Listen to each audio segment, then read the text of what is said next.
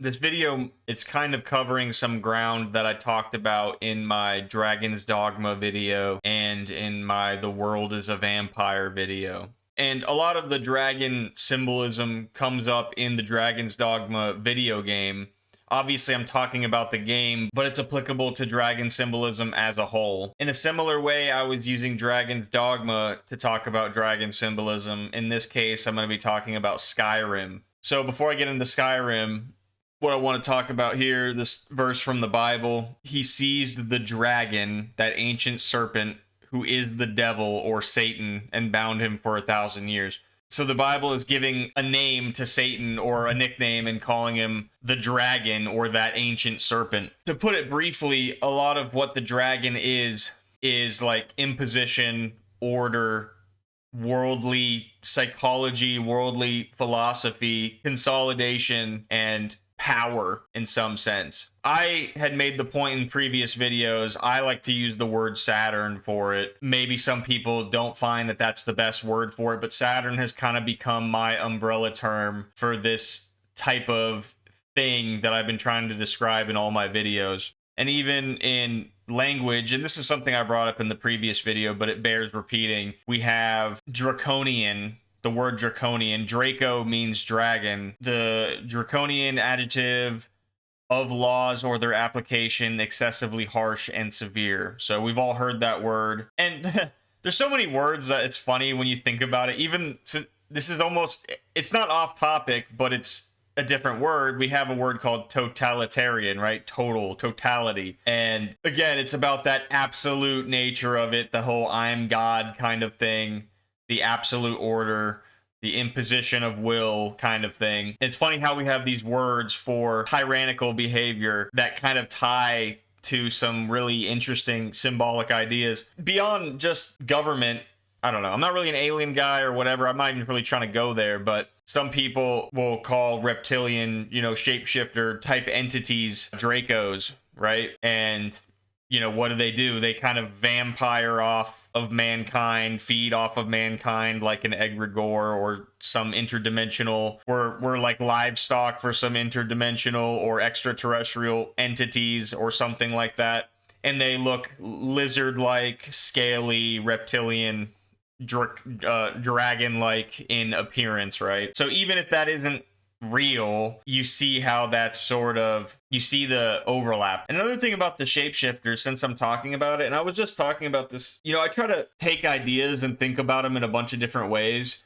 And one of the ways you can think about, it's funny that I'm linking the dragon to like absolute order, which sounds counterintuitive to this next thing I'm going to say, but it's almost tied up with moral relativism. It's not like, oh, we want people to do whatever they want.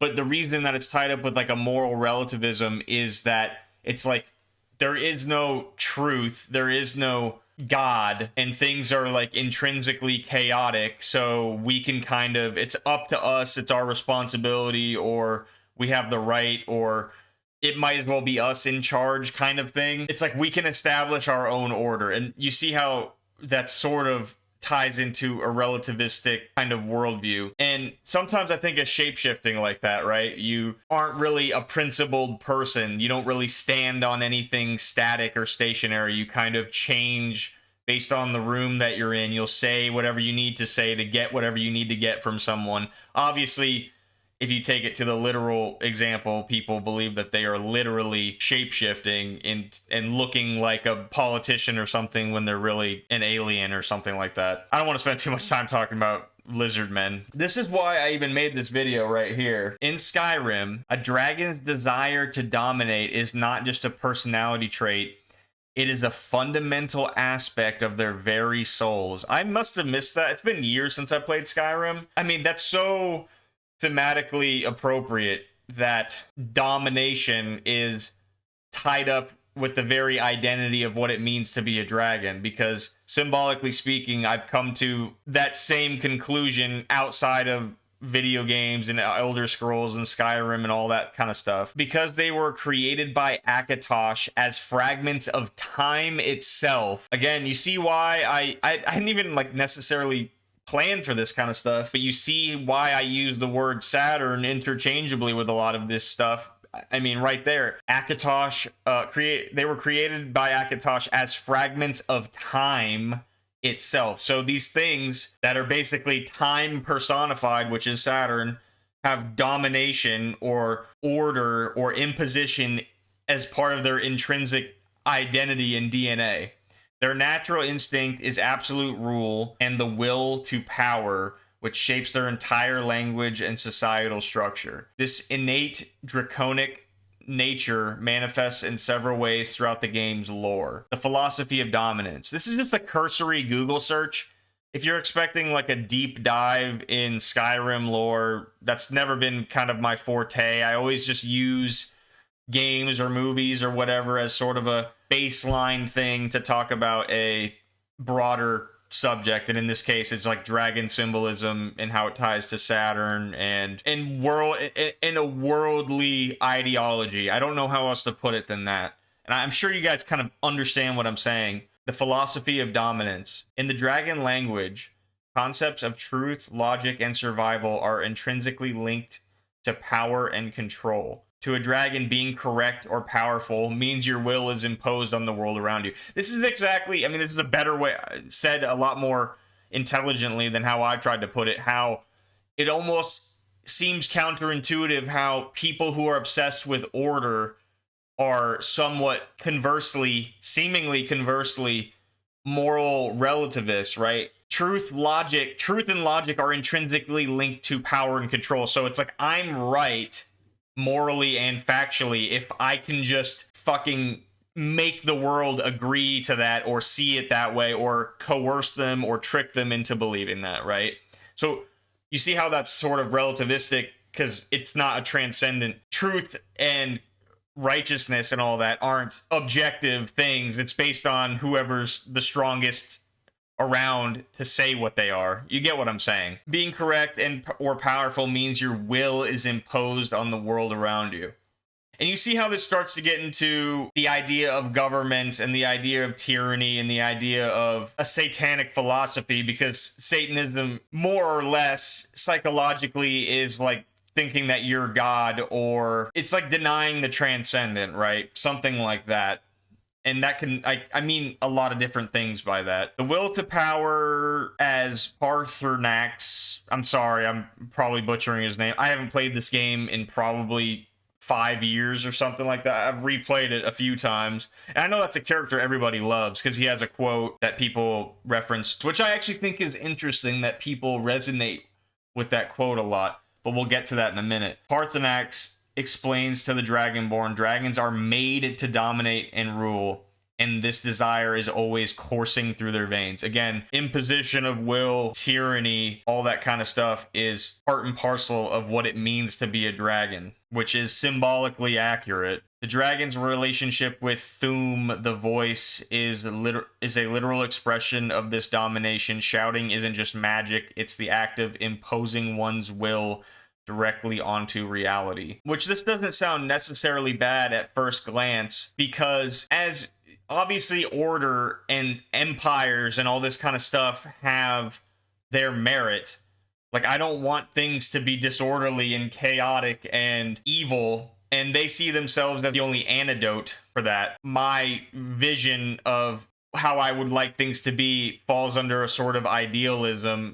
It kind of goes back to that old idea of the difference between like a hero and villain and their different paths to peace, right? A tyrant often sees it as there's no other way. So if it's either chaos or my tyrannical order, then I choose my tyrannical order, right? If it's either civilization or getting eaten alive by animals and stuff in the woods, then I choose civilization. Like that's kind of, I think, a little bit of the logic behind it. Overcoming versus embracing nature. Throughout Skyrim, you encounter dragons who have rejected their inherent urge to rule in completely different ways. Parthenax, residing at the throat of the world, he chose to suppress this instinct. He founded the Greybeards and adopted the peaceful way of the voice. However, he admits he still struggles with his inborn temptation to dominate every single day. And here's the thing about that, because he has that quote, again, this is what I was talking about, the quote that everyone brings up from Skyrim. He says something like, is it better to be born good or to become good through struggle, or something like that. And I don't want to harp on this point a million times. This is almost akin to that whole thing, how people view God sometimes. Like, a lot of people wish God would just snap his fingers and make everyone on earth good.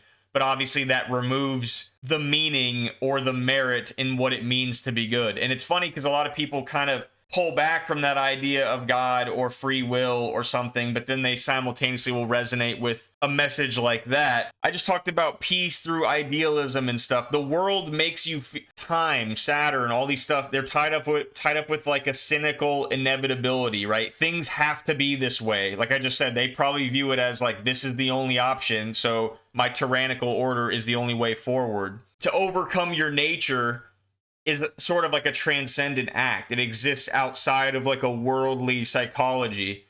And obviously that's borderline religious type thinking. We have a sinful nature. And this is something I harp on all the time on this channel, is encouraging that shift in perspective to a more self-reflective one. And I place importance on people's character and like what their hearts delight in the things that they say and the things that they do. And I believe that's sort of the path forward, is you taking on the endeavor of like personal reformation. And the reason I brought up like religious talk is because that's all over, for example, the Bible. Like the flesh and the world are like the same thing, and those are antagonistic to your spirit, right? And if you're a goal-oriented person, if you don't like religious talk, it's like your mundane laziness or whatever is antagonistic towards your potential, right? There's things about you that you want, that you actually desire and want, that actually need to be overcome, right? And this is the key difference when I've talked about death culture and the Saturn mind and stuff that people have nowadays. This is the difference. There's a difference between having reverence for these darker aspects of ourselves, these more sinful aspects of ourselves, whatever word you want to use. I try to not use too much religious language because I know it puts people off. Nowadays, there's a lot of reverence and adoration for dysfunction and pain and tragedy and doing what I want kind of thing. It's not just like this artistic commentary on it, like it's crossed a certain threshold into actual praise. Okay, we can acknowledge those parts of ourselves and those parts of life. We should be embracing or championing the idea or the force or the parts of ourselves or the principles that are redemptive and overcome those things. And everyone loves this character. There's this chick that wants you to betray him and kill him. Like, nobody does it because they feel like he's trying to redeem himself. So players see the merit, the value in this character and what he represents. And sometimes I just wish they would make that leap in logic and think about that, about themselves and about real life and stuff like that. But a lot of the times it doesn't translate over very well. Alduin, he's the main villain from Skyrim. The World Eater completely embraced his draconic nature. He abandoned his appointed duty of ending the world to allow for a new cycle of rebirth, and instead used his power to tyrannically subjugate mortals in ancient times and devour souls. I don't have too much to comment about that, other than the whole cyclical thing. If you watch my Dragon's Dogma video, it's the same. You see that same thing, the dragon coming back in cycles and a hero emerging at that time to beat him, that kind of stuff. Sometimes you see Saturn holding an Ouroboros, like that snake eating its own tail. I don't want to get too caught up into cycles. I could probably make a whole video about that. But here's something that I feel like, I don't know, is that true? Because if someone's played Skyrim more recently than me, maybe you can vouch for this. But the Dragonborn struggle, because the player character possesses the body of a mortal but the soul of a dragon, they share this inherent pull towards domination. I feel like there's nothing in the game that indicates that. It's not like you could side with Alduin or like usurp him and take over his role or something like that. Your character doesn't necessarily talk, so it's just he's kind of a blank slate. So I kind of missed that part, unless people are kind of just putting that meaning on it. It's an RPG game, right? Like, it's a role-playing game. You can kind of imagine your guy to be however way you want him to be. So I don't know if there was anything in the game that indicated your character was dealing with a similar struggle that this, Parthenax guy was, but maybe it's in there and I just don't remember.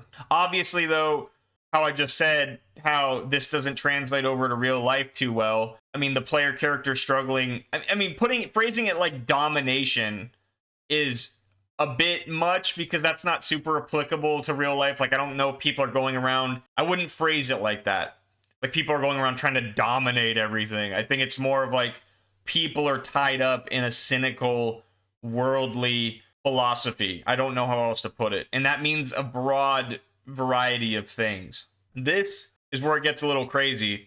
And this is another reason I even decided to make this video. So, scholars speculate that Alduin is the Nordic name attributed to Akatosh.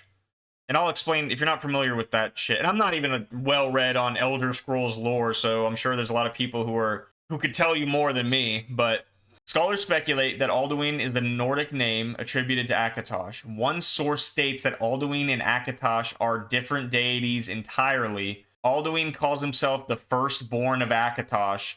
Exactly what the firstborn of Akatosh means is unclear, although some sources suggest he was split from the time god. Time god, as I talked about, that's one of the most, when you get into Saturn in all of its different symbolic iterations, time is probably like the first one you'll ever encounter. And it makes sense that time, not just as a force of nature, but as like something that extrapolates into a philosophy or a psychology or a worldview. It lines up very nicely with all these other things we've been describing, because there's a sort of cynical indifference to time, right? My entire family could get murdered tonight, and the world's gonna wake up tomorrow and keep spinning, and the sun's gonna rise, indifferent to my suffering, and it's gonna make you feel very like, okay, nobody cares about my situation, the world doesn't care about my situation, God doesn't care about my situation. So you see how it has this inevitability, this futility, this cynical, this nihilistic philosophy beyond just time as a force of nature.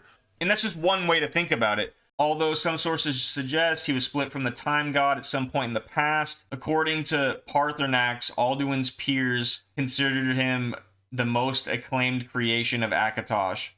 According to some sources, Alduin is the firstborn of the deity named Akha, a greater time god than Alduin or Akatosh, from whom both time gods originate alongside the dragons. So, see, all this, it's funny, like, all this to just say the same thing. It's all splitting hairs. Alduin is either literally the same name for Akatosh, which is like a dragon time deity, or he's the firstborn of Akatosh, or he's like Akatosh's greatest creation. You see, either way it goes, he has this symbolic overlap, this identity overlap with Akatosh. It doesn't, sure, maybe he's not literally Akatosh. Maybe he's just Akatosh's best creation, and that represents him the most accurately or something. It's like, you're splitting hairs. The point being that Alduin and Akatosh are more or less interchangeable, especially symbolically speaking. Just keep that in mind, right?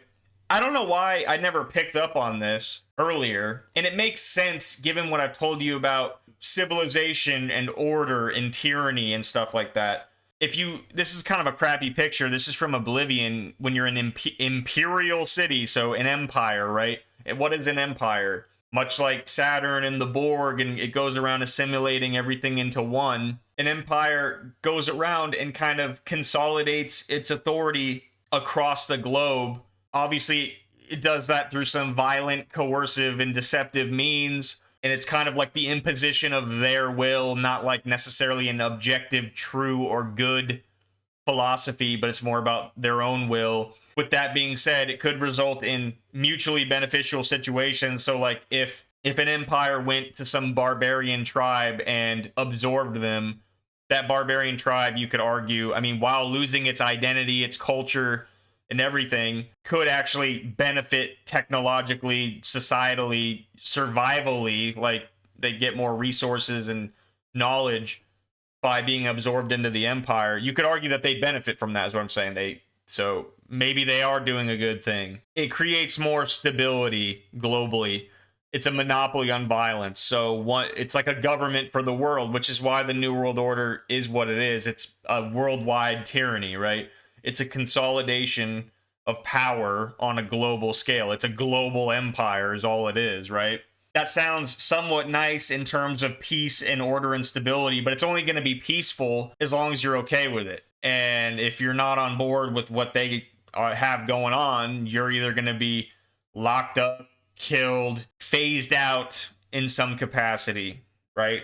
So it's not necessarily inherently peaceful. It's like, it's peaceful if you're willing to play ball and keep your head down and give up the things that it wants you to give up your religion or your culture or whatever it needs you to give up. And this is something you see all the time in other games with many villains, that consolidation thing. You saw it with Fallout, right? Speaking of Bethesda, not that Bethesda made Fallout, the original Fallout, but they own it now. You have the Master, right? He's like, the Unity will create the master race, one that's able to survive or thrive in the wasteland. The wasteland. As long as there are differences, we'll tear ourselves apart fighting each other. We need one race, one goal, one people to move forward to our destiny. Dude, there's so much you can say about that.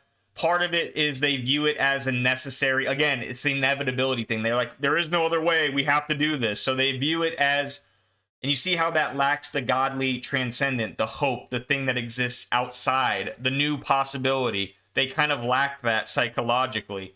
That the point being, the Master feels like as long as, you know, there's differences, that's what creates strife. So we need to smash everything together, erase all distinctions, and become one thing. And that might look something like the singularity in real life, or transhumanism, or some shit. We're already kind of consolidated in some capacity by being members of a nation, or a culture, or a family, or whatever. There's nothing necessarily entirely wrong with group identity in some capacity, but the final evolution of that in real life is probably going to look something like we all have some brain chip in and we all literally share a fucking mind. But anyways, back on Elder Scrolls, I found it funny that Akatosh, you see that dragon logo on this? I don't know who this statue is of. Maybe that's supposed to be Akatosh, or it's just some Imperial hero. But if you look at the Imperial crest on the shield that he's holding, well, what is that? Oh, it's a dragon. That's Akatosh on the shield. So the symbol of the Imperial mindset, the Empire itself, and what they represent is Alduin, more or less symbolically. And it's funny because in Skyrim, the Empire, I know it's in Skyrim where the Nords are at, but the Empire's there too. There's a civil war going on. But it's almost like funny or ironic. It's like two satanic forces competing against each other. It's kind of like the lesser of two evils type situation people find themselves. It's like, I remember there was a video of this wrestler, and he had the X on his fucking forehead, and I'm sorry to cuss, but he had a Saturn symbol on his forehead. I forget his name. I don't watch wrestling. It was a WWE thing. I think his name might have been Kane, which is also doubly funny. But, or maybe it was the Ringmaster or something. Like, it was just so on the nose. It was Saturn. It was basically Saturn the wrestler. Let's just say that. And one of the things he said was, you guys, he's playing a character, so I'm not saying he's like an actual evil person in real life, but his character said something like this: you guys are misunderstood. It's not good against evil. It's evil versus evil. And that's kind of what I'm talking about. It's like Babylon versus Babylon. Babylon falls to Babylon, and then Babylon takes its place. It's kind of like that old meme. It's like, oh, the revolution, or you saved me. And he's like, oh, I wouldn't say... Or it's like, you liberated me. And he's like, I wouldn't necessarily say that. It's just you're under new management.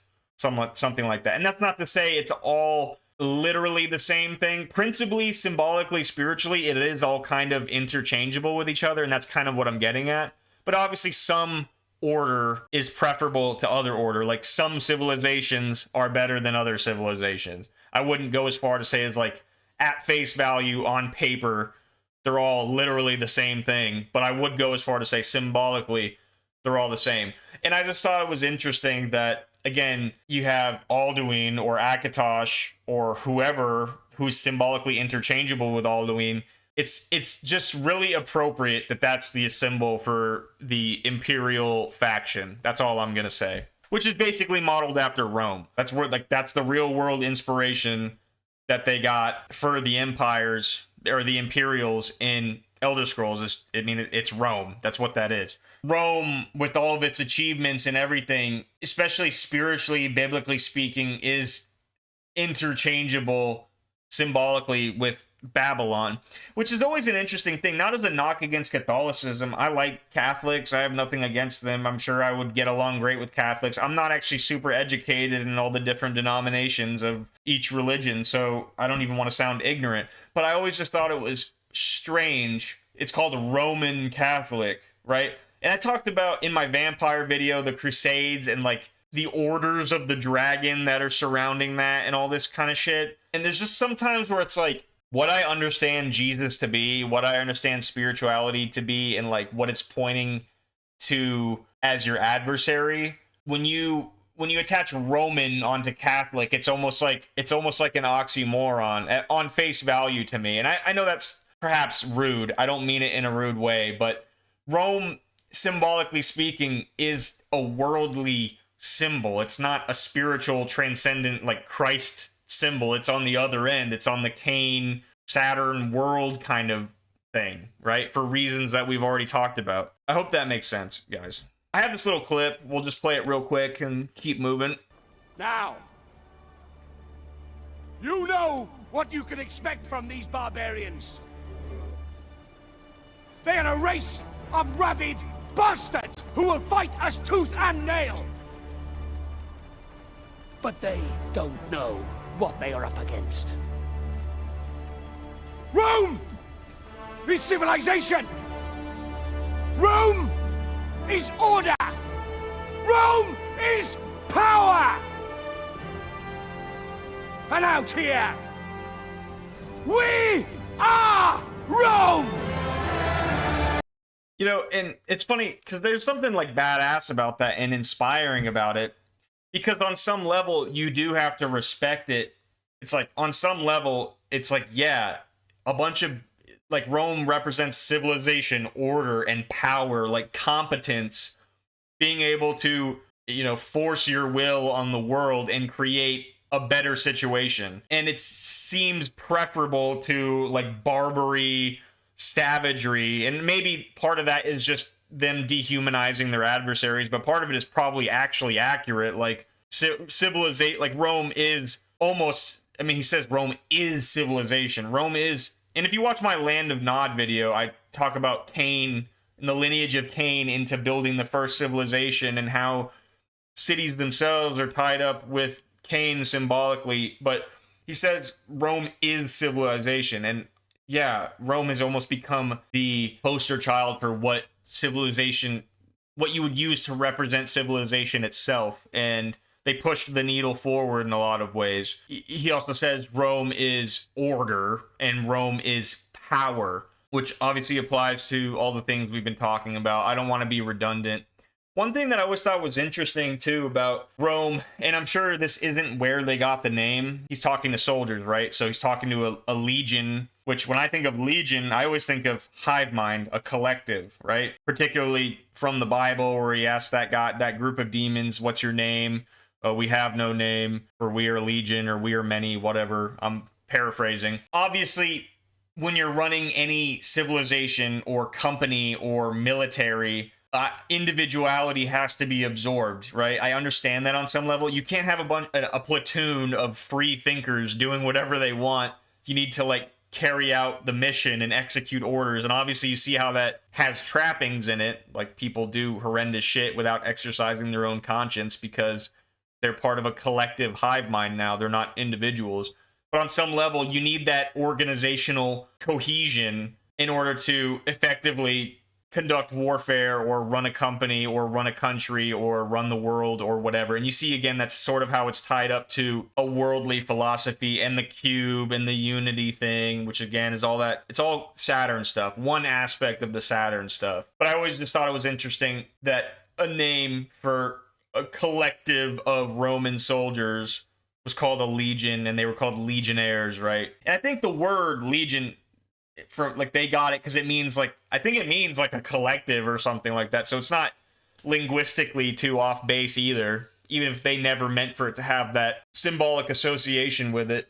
So now we're getting a little bit off topic. To me, vampires and dragons are both different iterations of a Saturn symbol. But if you watch my The World is a Vampire video, there's a lot of overlap between vampires and dragons specifically. So I don't want to get too bogged down in that right now. But if you're curious, go check out that video. We're going to talk about it a little bit just because we're talking about Skyrim and I'm talking about dragons again. And it's funny, in the Elder Scrolls universe, the Daedric prince, Molag Bal, is the creator and father of vampires. So Moloch, Baal, and Baal, or whatever. So Molag Bal is literally just Moloch and Baal or Baal, which are both Saturn, in my opinion. And he's the original source of vampirism in Elder Scrolls lore. And I think that's funny. I think that's accurate. I think that's appropriate. I just wanted to point that out because I don't know when else I would have included this in any other video. And I should have included it in the vampire video, but I forgot about it. According to the legend, blah, blah, blah, the ritual, Molag Bal assaulted and defiled LeMay, leaving her for dead. When the nomads found her and attempted to cremate her, she awoke on the funeral pyre as a vampire. And I don't want to talk too much about that, but I mean, he literally, I mean, from what I can tell, he like essayed her and made her a vampire. So make of that what you will. There's something, you know, when Alex Jones talked about, in my World is a Vampire clip, I have Alex Jones talking about, one of the things I use is Alex Jones talking about the vampires. And he says it's like a vampire conspiracy. And he means that kind of spiritually. And I agree. One of the things he says is, oh, the PDF files, right? And I hate to even talk like that in internet lingo. I'm kind of always switching up on this channel what I'm willing to say and what I'm not willing to say. And then you have in like Spawn, the Defiler, and he's like that clown. Why does he have that name, the Defiler? I don't want to go over this too much. You can watch this scene if you want. I would just look it up. And it's a scene from a movie called Dracula Untold. And this is where some of the dragon and vampire overlap comes into play. Because you have Vlad the Impaler here, right? And then you have like this, I think, actual vampire. Maybe that's meant to be Dracula or whatever. I don't think it is because I think he's supposed to be Dracula. But one of the things he says is, how noble, Dracul, son of the devil. He calls him son of the devil. And he's like, no, you're mistaken. It means son of the dragon. And we already established that dragon and Satan are like kind of the same thing. They might as well be. They're interchangeable. That correction is borderline meaningless. But the key takeaway from this scene, the big quote is, sometimes the world doesn't need a hero, it needs a monster. And the whole philosophy is deterrence, right? And I made a video about nukes and how they express a similar psychology, worldview. They're symbolically, they overlap symbolically, right? But he says he puts, you know, Vlad the Impaler, he puts a person on a stake, and that's very brutal and disgusting and horrific. And the idea is we use fear to keep everyone in line. So he says, by, you know, burning one village, I spared 100 more. So by being brutal here and scaring everyone, I actually caused more peace overall in the long term. And you see that, again, you see that order, the fear, the coercion. You see the ends justify the means type of mindset that you see in Saturnian or villain ideologies all the time, blah, blah, blah. You get what I'm saying.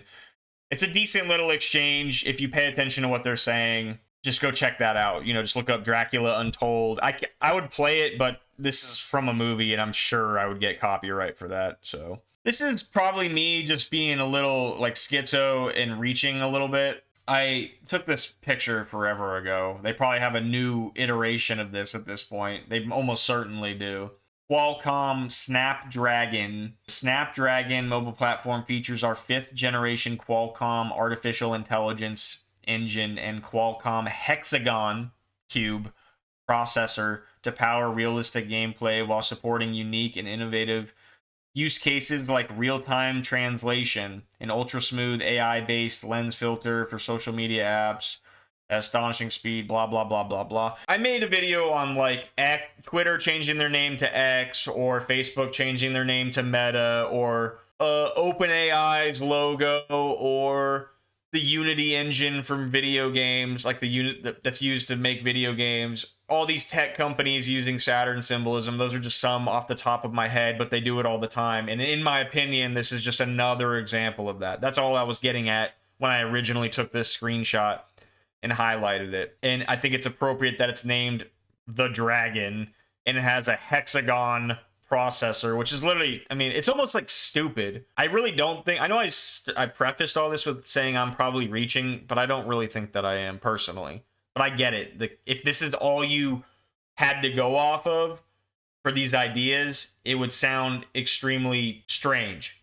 But when you just have it as a part of the holistic total image of everything, it all kind of adds up. The reason I highlighted real-time translation whenever I took this screenshot however many years ago was probably because I thought it was akin to like Tower of Babel type stuff. Again, you have that unification. Not that being able to understand each other linguistically is necessarily evil, but symbolically speaking, you know, okay, I talk about unity, right? Consolidation, Rome absorbing empires, absorbing everything around them and making it a part of themselves. The Borg assimilating everyone as they fly around in their black cube, yada yada. It's like, not only does it apply civilizationally and culturally, but it applies to the mind. And that's part of the reason why the New World Order and this tyranny and all that stuff and censorship is so nefarious. Censorship is a form of thought control. Allowing certain information to come out and maybe even pushing certain information. Oh, these people come to the top because they're saying something that we want them to say. We're going to pull back this stuff. You'll never see this kind of information. It's a form of thought control when you throttle or control what information people have access to and what they're allowed to say. This unity, this hive mind, this consolidation. And the reason I brought that up in terms to language, because that's how we communicate. So if we're all speaking the same language, metaphorically speaking, we're all thinking the same thing. We're all saying and thinking the same thing. That's part of the unification of man that I think that they're aiming for. And obviously there's a technological angle to this. Like you see it in a lot of tech companies. And as I pointed out, if that ever happened on that level in real life, like to the point where we're literally unified on the most like sophisticated level, it'll be done through some technological means. Like we're going to be made into something that's not quite human. And like I said, they see it as like an evolutionary step or necessity or inevitability, which is like it's inevitable and it's literally part of our destiny or evolution. Much like how I was just talking about with the Master in Fallout 1. And the ironic part of it too, it's like with Harrison Bergeron, if you guys are familiar. I know I'm referencing like a billion different things now, but it's just, I can't help it. If you're familiar with that short story of Harrison Bergeron, in short, part of it, what it's about is egalitarian, right? Which is erasing distinctions between people based on talent and competence and intelligence and all this stuff. So it's flattening everything out and erasing differences, right? Which is again that consolidation, that unity thing, which is why you see a lot, and it's moral relativism, right? You're erasing the distinction between better and worse and right and wrong and truth and false. So it's just you're equaling everything out. And in Harrison Bergeron, if you're smart, they put handicaps on you mentally to make you not have the mental aptitude that other people have. Or if you're super strong, they put physical handicaps on you to make you perform physically at the level of other people. And the story ends, from what I remember, with people removing their some individuals removing their handicaps and then getting basically killed or wiped out for it. So it was just like a silver lining moment of like individual expression and resistance that was ultimately squashed by a fucked up tyrannical system. There's so much stuff I could say about that short story. It obviously has tons of overlap with what we've been talking about. The reason I brought it up, the part that's ironic about it, is that in that story, and much like how the New World Order might want us all to think and be the same, it's like there's always a handful of guys that are going to be outside of that. Like in Harrison Bergeron, the people, the ruling class, the elites, they don't handicap themselves. So when this new chip comes out, the new hive mind chip, Neuralink, whatever, you know for a fact that these elites or whatever, I don't even know whatever word you want to use, they're not, if they're using it, they're not going to be on the same server as us. Let's just put it that way. They're going to exist outside of it. They're not going to be kneecapping themselves. They're not going to be handicapping themselves. Like, we're going to be eating 3D printed meat there, and while they tell you meat is bad or something, you know what I'm saying? Like, they're going to rules for thee and not for me, and it's all hypocritical. And they view that probably because they think that they are better or godlike, or that they have some duty or responsibility or something, even though when nobody asked them, they're just doing things and nobody asked for this. You know how many people don't feel represented by their representatives right now? I don't even mean to get political. I don't even believe in politics, but it's just funny how things are going right now. And people do not feel like their voices are being heard, left or right, and they're just doing things anyways. Kind of crazy. Anyways, guys, this is the last picture, and again, this is a little bit of a departure from the dragon thing, but I just don't know when else I would have included this. And since we're talking about Skyrim, I remember I took this picture when I was playing this game years ago, and I just happened to get it at the right time. And it's crazy because this is how I feel about real life. This is literally what I think is wrong with the world right now. And obviously in-game it can mean something different, but I mean it kind of psychologically, spiritually, symbolically, whatever. He says, you know what's wrong with Skyrim these days? Everyone is obsessed with death. And that's exactly what I think has happened. I think mass amounts of mankind have adopted this death psychology, this Saturn brain, without even really realizing it. Obviously, you guys understand, but to just reiterate one more time, I don't mean that necessarily in the sense people are walking around wanting to kill everyone they see. I mean that in a very abstract sort of way. But I just really loved that quote, and I feel like that's actually what's wrong with the world. And obviously why in all my videos I keep bringing it back to the importance of ourselves and how we are called to change and having our heart of flesh and having our heart of stone turn into a heart of flesh, and to not walk according to the course of the world, and to have our mind renewed and to have our heart renewed and all those things. And that's why it always comes back to that for me. Obviously in Skyrim, this could mean something more literal because they're in the midst of a civil war, right? So people are probably like literally going around obsessed with conflict and seeing death all the time and everything. Anyways, guys, that's it for this video. Thank you for watching. Let me know what you think.